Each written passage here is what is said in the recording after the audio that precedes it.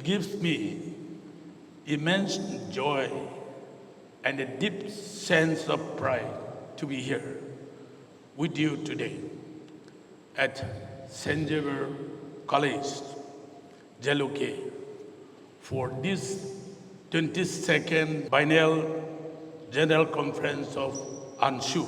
This is indeed a momentous occasion that celebrates not only the unity of our student community, but also the vision and purpose that have guided ANSHU since its inception in 1979. This biennial general conference under the inspiring theme, leadership and social responsibility, which bring together some of the brightest minds from various colleges.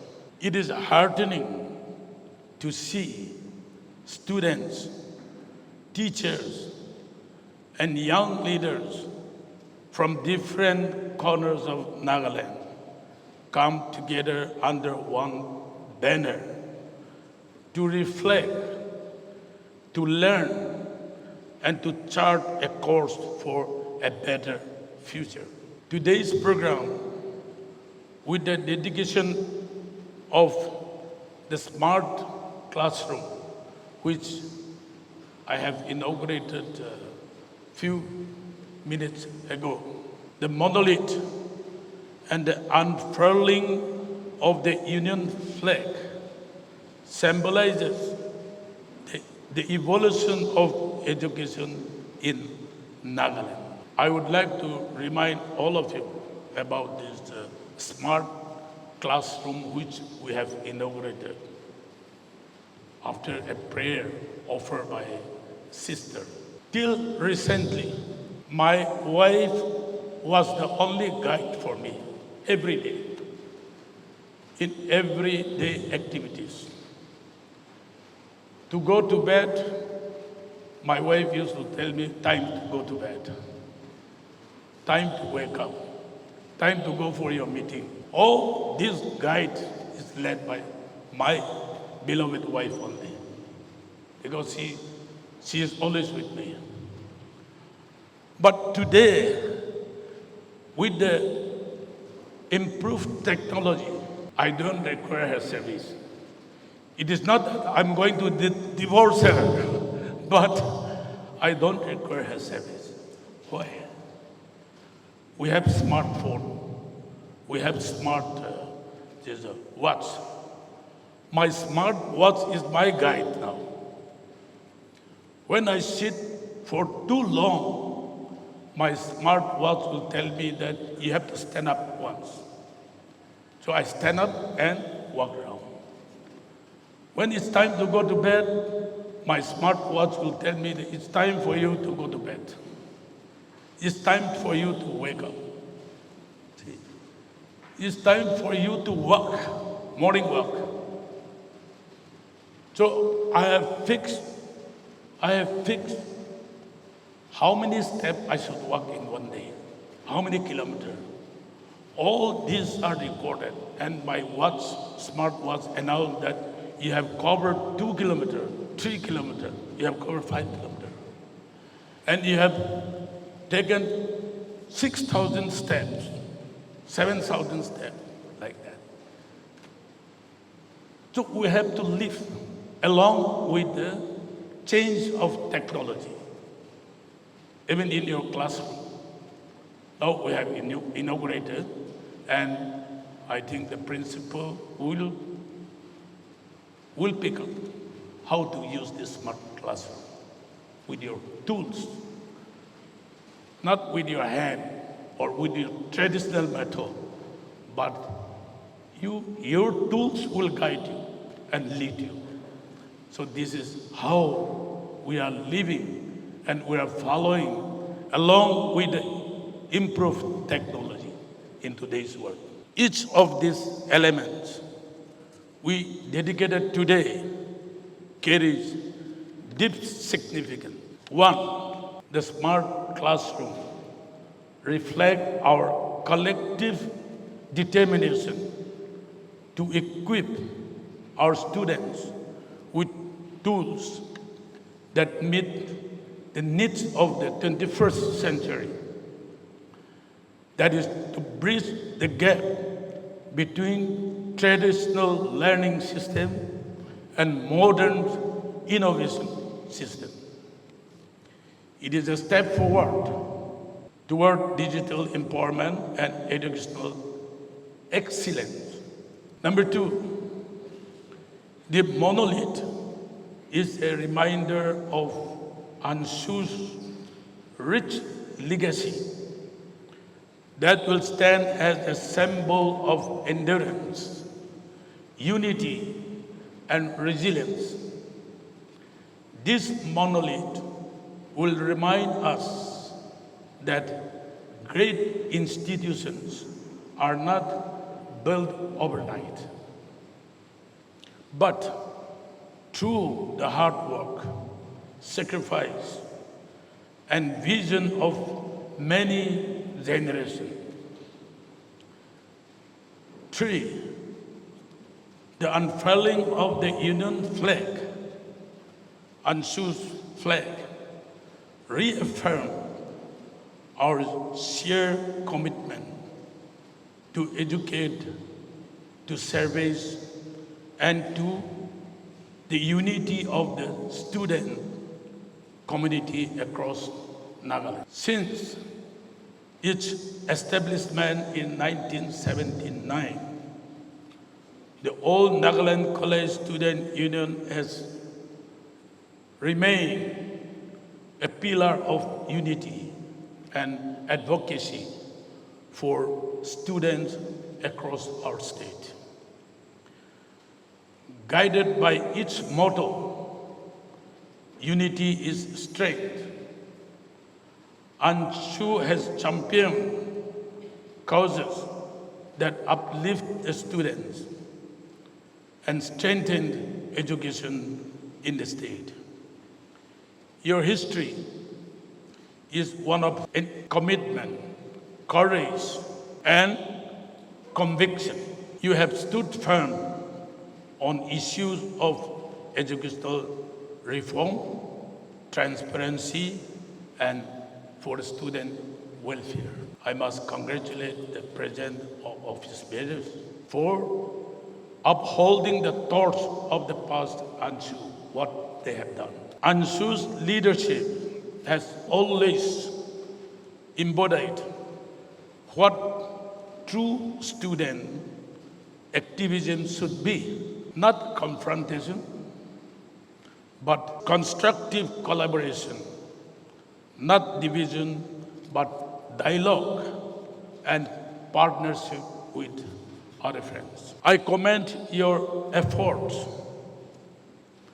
and urge you to continue being a bridge connecting the aspiration of students with the responsibilities of the government and the Naga society at large. The theme for this year's conference, leadership and social responsibility, is found to be most relevant.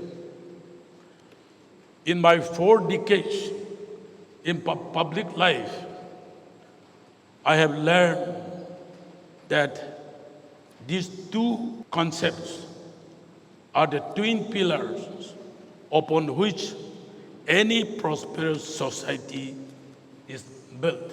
Leadership is about vision, service, and example, and not about authority or your position. True leaders lead with conviction, inspiring others by what they do and not by what they say. Social responsibility is what gives leadership its moral compass. Leadership without social responsibility is incomplete, and it becomes meaningful only when it is used to uplift others and to build stronger communities. This generation must consciously choose to transcend the limitation that held back previous generation.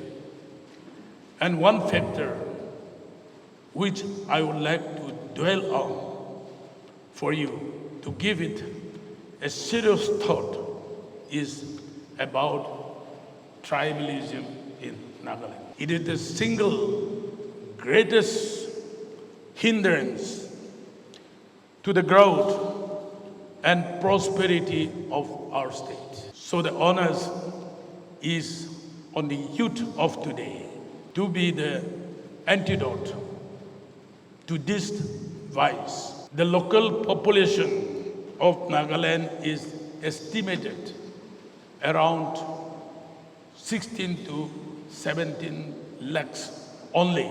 And comparing to other large states in India, it does not even make up the population of a district in other big states. To put it into context, the largest district by population in India is Thane in Maharashtra, with a population of 1 crore 10 lakhs in one district. Our state, with such a small number, 16 or 17 lakhs, we further divide ourselves by being tribalistic in our thoughts, our approach. Once we are out of Nagaland, I do meet different kind of organization outside the state. Once you are out of Nagaland, we do not introduce ourselves as an Ao or an Angami or Jiliang or a Sema, so on and so forth, but rather as a Naga proudly. We are united outside the state, be it in Delhi, capital city of the country, or Mumbai, or Kolkata, Bangalore. I have met so many students' organizations. They are united. They introduce themselves only one tribe, that is, I am a Naga. So why can't we do the same when we are in our own state, in our own hometown, and stop tribalism altogether and ensure that all Nagas progress and live together as one united family? Our state is blessed with a youthful population filled with energy, creativity, and a desire for progress. But potential alone is not enough to progress. It must be guided by discipline, dedication, and direction to follow. This generation has opportunities that elder generation could only dream of. Access to the internet, access to the technology, as I already mentioned, global communication, and innovative education. Yet, with these privileges comes the duty to use them wisely. Use your knowledge not merely to seek personal success, but to serve society. Be the generation that transform challenges into opportunities. A generation that builds rather than blames, and a generation that unites rather than divide. To Anshu, I say this: continue to uphold your noble mission as the collective voice of thousands of students, a voice that carries weight, responsibilities, and hope for the generation to come. Use it wisely and use it well. Let this conference be remembered not only for each ceremonies and discussion, but for the ideas it inspires, the action it sets in motion. Before I conclude, I would like to cite an example, because you are not yet to involve into any kind of profession. You have only a dream to become somebody in the society. I cannot mention all the profession, lawyers, doctors, officers in the police. I cannot mention everything.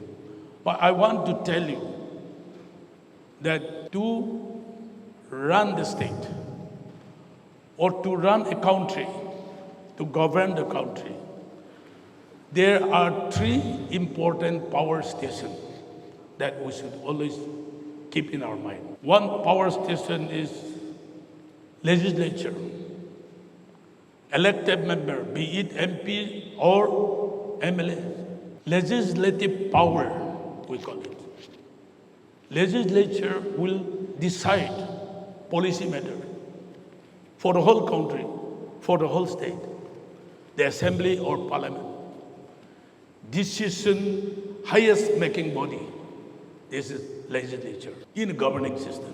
Number two, executive. The officers, say chief secretary in the state, down to peon chowkidar. They are all executive. They have executive power. The policy decision is taken by legislature and implementation is done by this executive. This is another power station. The third one, which is very important, and we all pray for justice, that is judiciary, high court, supreme court, magistrate court, district court. All this judiciary system will deliver justice to the people. If they fail to do so, the affected people, the victims will go to higher court.